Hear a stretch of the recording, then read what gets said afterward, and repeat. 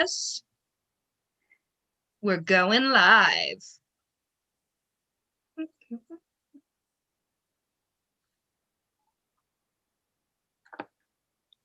Wonderful. Hello, everybody, and welcome to the Talkback for Dead Air, written by and directed by Karin Bowersock. My name is Caitlin McNicka. I am the Associate Artistic Director here at BVT, and so glad that you have joined us here today. I'm going to take you on a tour around the Zoom window, and everyone can introduce themselves. Karin. Hi, Sean. Hi, I'm Karin, and I'm the Executive Artistic Director at BVT, and I wrote the play and I directed the play. Excellent. Megan. Hi, I'm Megan Finley. I'm the stage manager for Dead Air. Wonderful. Tim. Hi, I'm Tim McMath. I'm the set designer for Dead Air. Excellent. And Sean, with perfect timing, as always. Actually, I'm Sean Sullivan, costume designer who's perpetually late. My apologies. But like really fashionably so. Thank you. Welcome, everyone. Thank you so much for joining us. If you are joining us on Zoom, you can type your question into the Q&A. What? Are you pointing at someone? Zach and Brian, you didn't. Oh my gosh, I literally forgot those two. I was like specifically waiting for them for the end, but then I forgot. But how could I forget Zach and Brian? Please, I'm so sorry. Introduce yourselves. I am Brian Zeman and I play Sid. And I'm Zach West. I play Tom. Wonderful. My apologies. Like I was saying, if you have a question and you're joining us on Zoom, you can type it down in the Q&A. Thank you. I see that we've already got a couple questions here. If you are joining us on YouTube, hello, thank you for joining us. And you can also type your questions into the comments there. And if you're joining us on Facebook, you can also ask us questions on any of our posts about this talkback. So, well, I'll just jump right into it since we already have a couple questions. Terry would like to know, Karin, when did you write Dead Air? And was this the first time that Dead Air was performed on stage? Yes, it was the first time. I don't remember when I started it. The boys, you told me that I started it in January. Is that when we? I think it was, we started talking in like November, December, and then we read it end of January, early February for the first time. So yeah, we had the idea. Well, I had an idea. Ultimately, I wanted to write a play for Zach and Brian specifically, and I wanted it to be a mystery. So we got on text. I think we weren't even talking. We were texting each other back and forth one night, and ideas began to fly, and we went through some ideas and discarded them, and then found other ones, and we sort of stayed in touch throughout the whole process to some degree. But I guess I didn't sit down to start typing it until February, I think. I remember that. And I mean, it was a pretty, well, I guess in terms of long writing processes, it was quite a short one. I know, like, you know, if you saw The King's Legacy at Bristol Valley Theater, that took many, many years to write. And this one was born very much out of, you know, one, wanting to have a small sized cast, and two, making something just perfect for Brian and Zach. I remember there were several conversations that Karin and I had saying, like, why is there no perfect play for Zach and Brian to do together? But yeah, but then by the time May rolled around, I mean, it was about five months, and then it was finalized.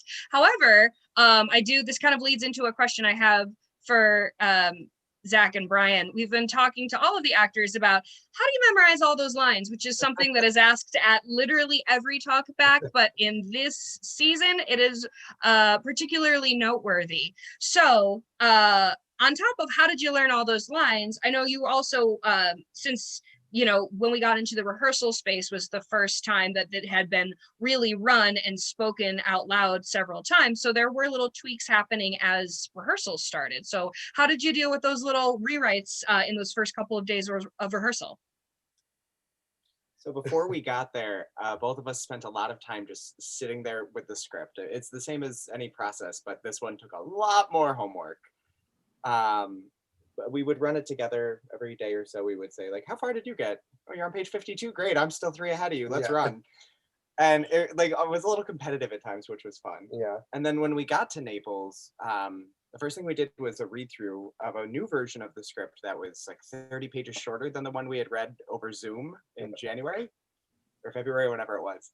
And then from there, we just started making internal cuts. So Karin went home one night, and any line that was more than 2 sentences, she said, "Can I cut some words from this?"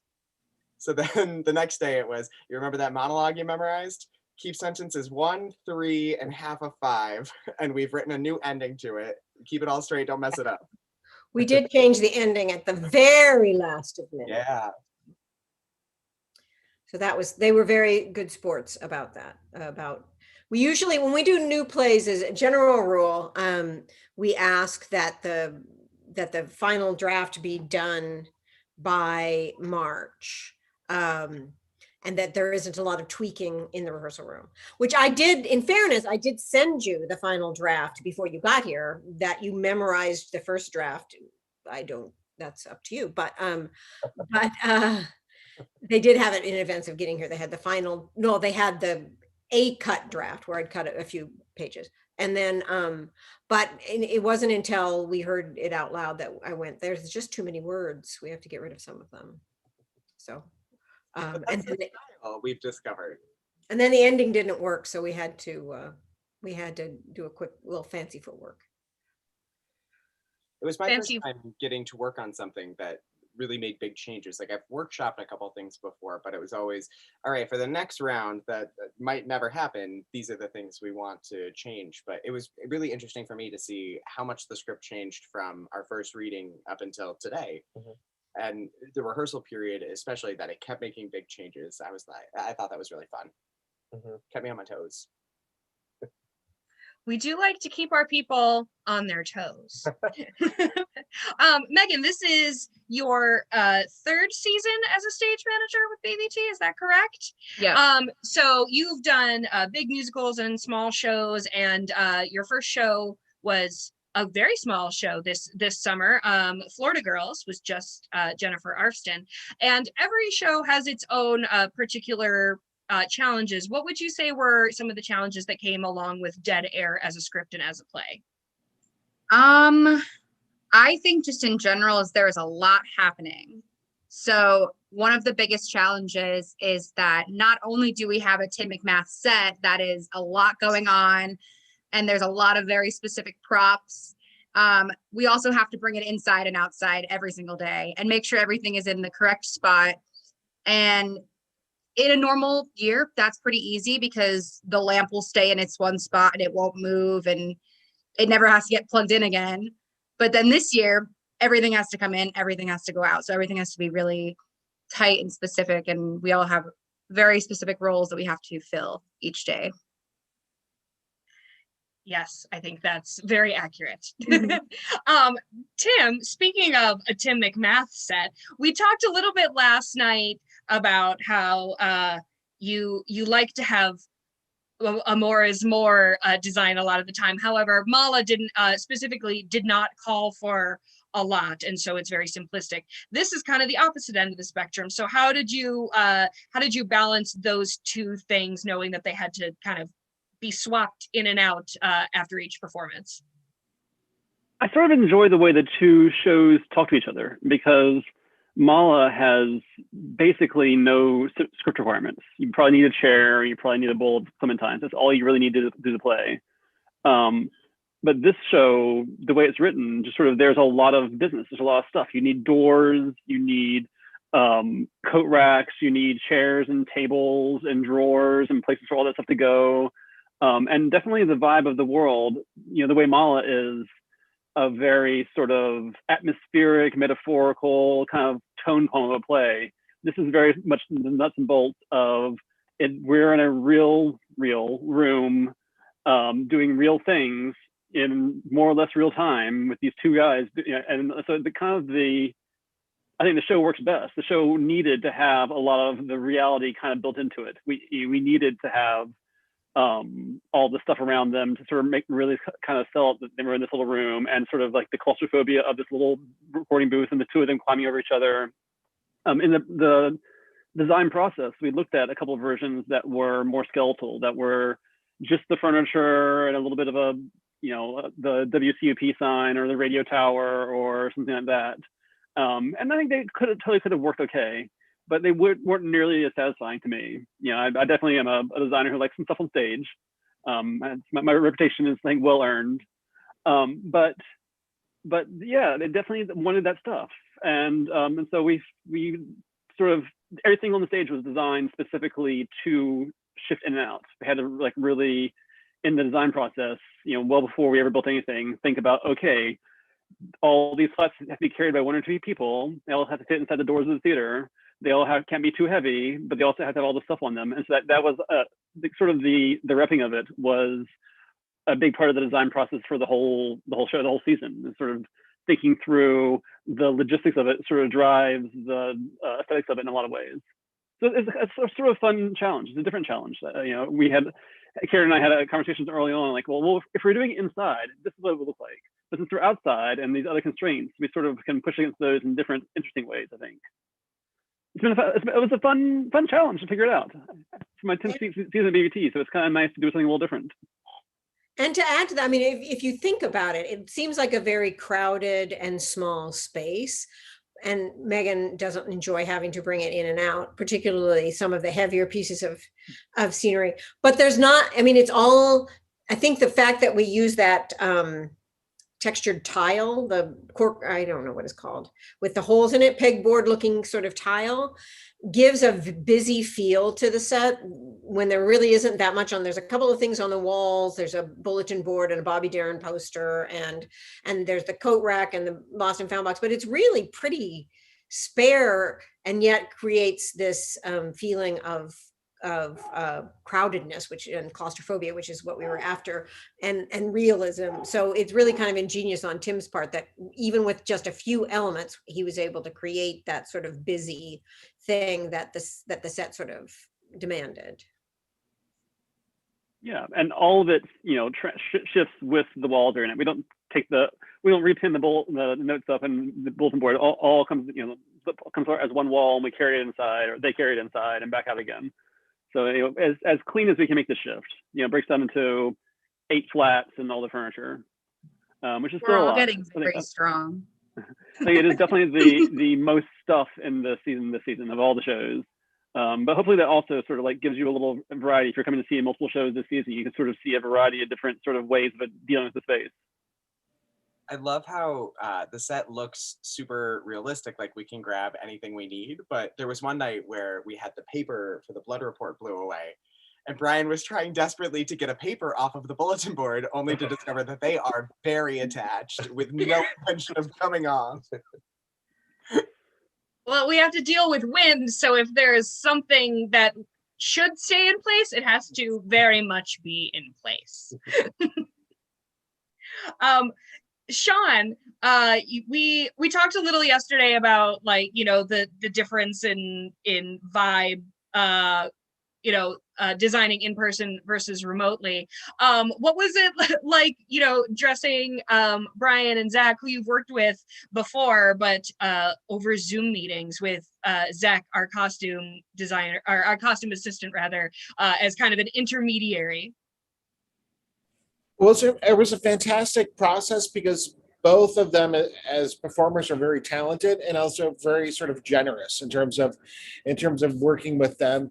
And Zach is just very talented and really became the eyes and ears in terms of being able to troubleshoot, being able to, he made the jacket, the teal jacket, created the pattern and made that. And he's a very talented person. And I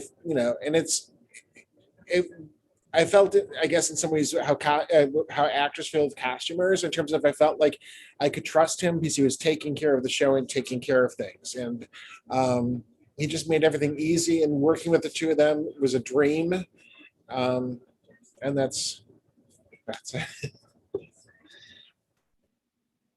I remember one of my favorite Zach moments was you had your first costume meeting and you were saying like, well, they've got to be in suits, but it's also very hot out, so we need like a certain look of material, but also, you know, we need that to be breathable. And so Zach had to hunt down a lighter because he was going up to some of the fabric that we had in stock and like lighting a little bit to see how it reacted to the flame to tell whether it was, because, you know, not every piece of fabric is labeled. So is this wool? Is it worsted wool? But he ended up figuring it out. Yes, you melt, you burn it, and then if it melts, you know it's polyester, and polyester doesn't breathe. So that's if you have any like plastic beading, no good for heat. You know. You see what we do for you, Zach and Brian, to make sure that you can breathe. Oh, Karin, you're muted. We also talked about, and we haven't had to do it yet, making room for ice packs inside their clothes, because it's, you know, they do have to be in sort of long sleeves, or it's not something they can just wear a t-shirt and shorts. They definitely long pants and wool pants or worsted pants. And then they each have an overcoat at least for part of the time, and hats some of the time, and scarves, and, you know, everything in between. So concerned about the overheating. Fortunately, you weren't the June show, because I think June was even hotter than we have been this month.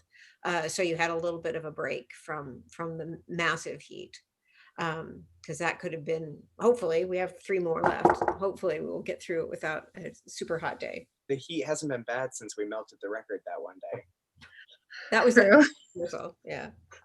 Yeah, right before the show opened, it was the brush up rehearsal right before opening, and so everybody met very early. I think they loaded in the set at like 8 o'clock in the morning, because they wanted to make sure, they knew it was going to be hot in the afternoon, so they wanted to make sure that they were out of the sun as early as possible, but they wanted to run the full show with a full tech. And it was so hot that one of the records that was sitting out on the set actually warped, and it actually looked quite cool. And Karin immediately took it back to the office and made a fascinator out of it, and then wore it to opening night, because that's the type of ingenuity that we stand here at Bristol Valley Theater. Speaking of Karin, we those of us who know you personally know that you love a good mystery, and we've done radio mystery theater in the past. What was your inspiration for this particular mystery for Zach and Brian? The inspiration was I wanted to set it in the 1940s and 50s, because I love that period for clothes, and I love that period for that sort of film noir-y, Sam Spade, which is where Nick Diamond comes from, all of those things. So I knew the time period that I wanted, and then I sort of started researching, well, what happened during that time period and what was going on in radio. And that was, of course, that was the what they call the day the music died in the song American Pie, which is a favorite song of mine. In 1959, in February of 1959, the date that this play is set is the day that the plane crash that killed the Big Bopper and Buddy Holly and Richie Valens happened. And so that's where it started.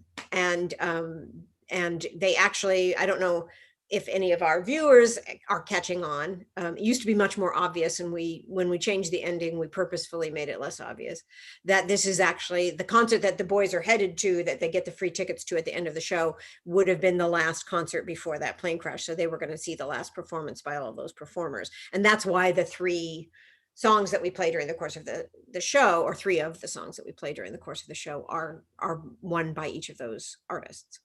So that's where the real Don McLean is responsible. No, not anyone from the actual 50s. But that, I love that song, and that whole sort of mystique around that event is where the play started. Awesome. Brian and Zach, you the two of you go back quite a long ways, way back to Nazareth college days. And for those of you who don't know, Brian and Zach have been working at Bristol Valley Theater for many, many years, but never in the same show at the same time. And in case you didn't know, they are a married couple. So guys, what was it like? Yes, show the rings. So what was it like in this return to live theater, getting to do it at Bristol Valley Theater with your husbands? Ooh, that's a great question, Caitlin. It was honestly a dream, everything about it. I mean, this is the 6th time I've been at the BVT, and there's a reason why every time you or Karin calls me and says, hey, you want to do this show? I'm like, oh yeah, I'll be right there. So the fact that not only was our return to live theater at the BVT, which is, I think, both of our favorite place or one of our favorite places. It's your favorite. I'm fine with Yeah, okay. I didn't want to speak for you, but you know.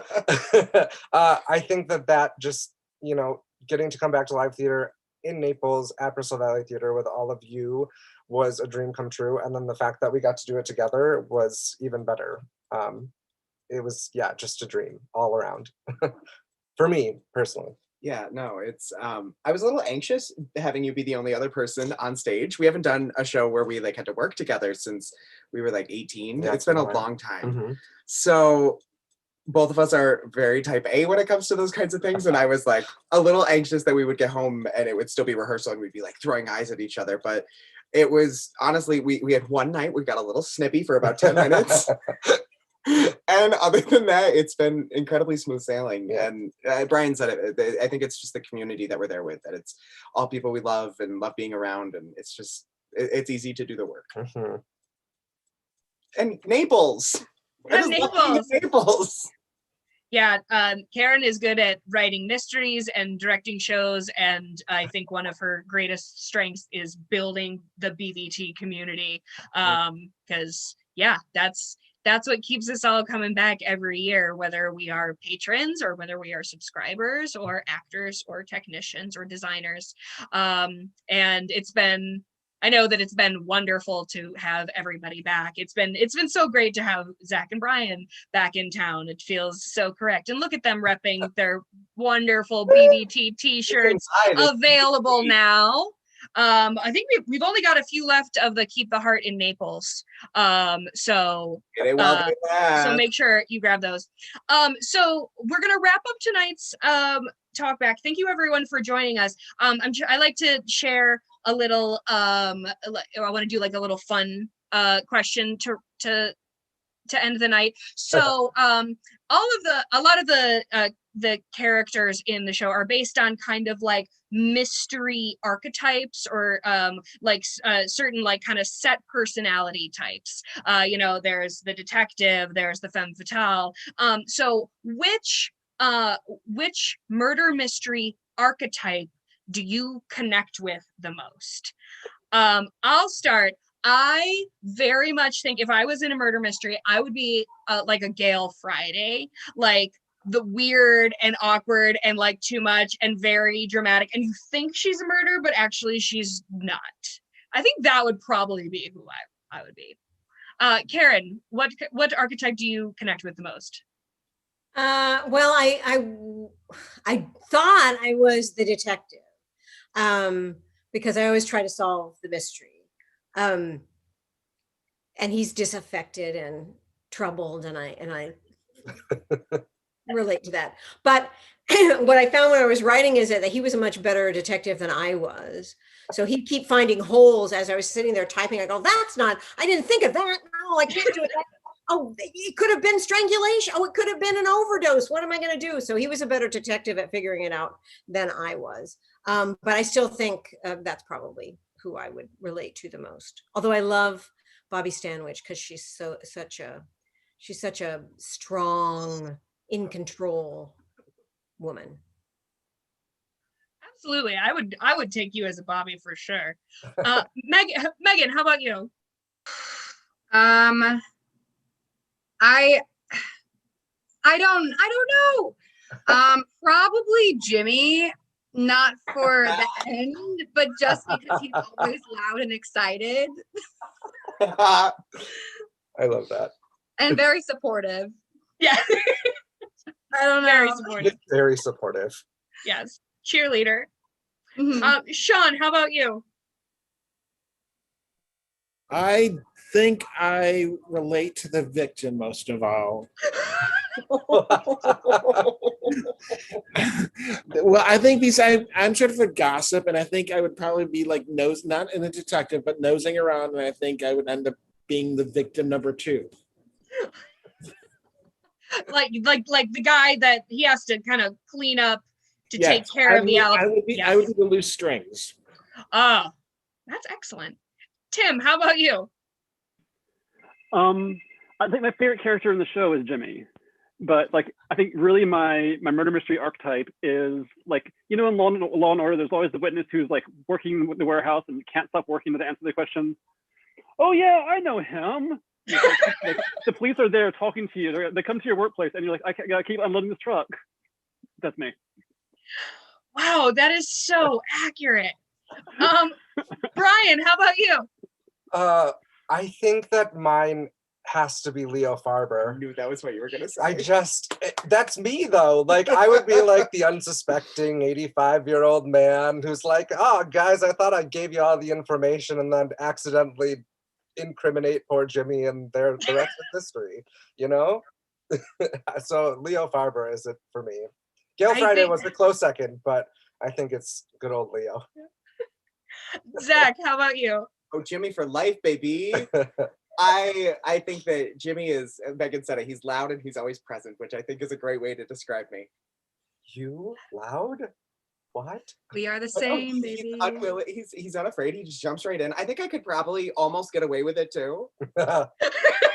Yikes. Yeah, if you almost get away with it, if it weren't for you meddling whiskey bottles and lip smudges. Oh, wonderful. That made me so happy. Thank you so much, everyone, for joining us. We will see you for pod 3. If you haven't joined us, we only have a few performances left of Dead Air and Mala, so please join us. Make sure that you get to see the shows left in pod 2, and we will be back in August for Neat and Swonderful.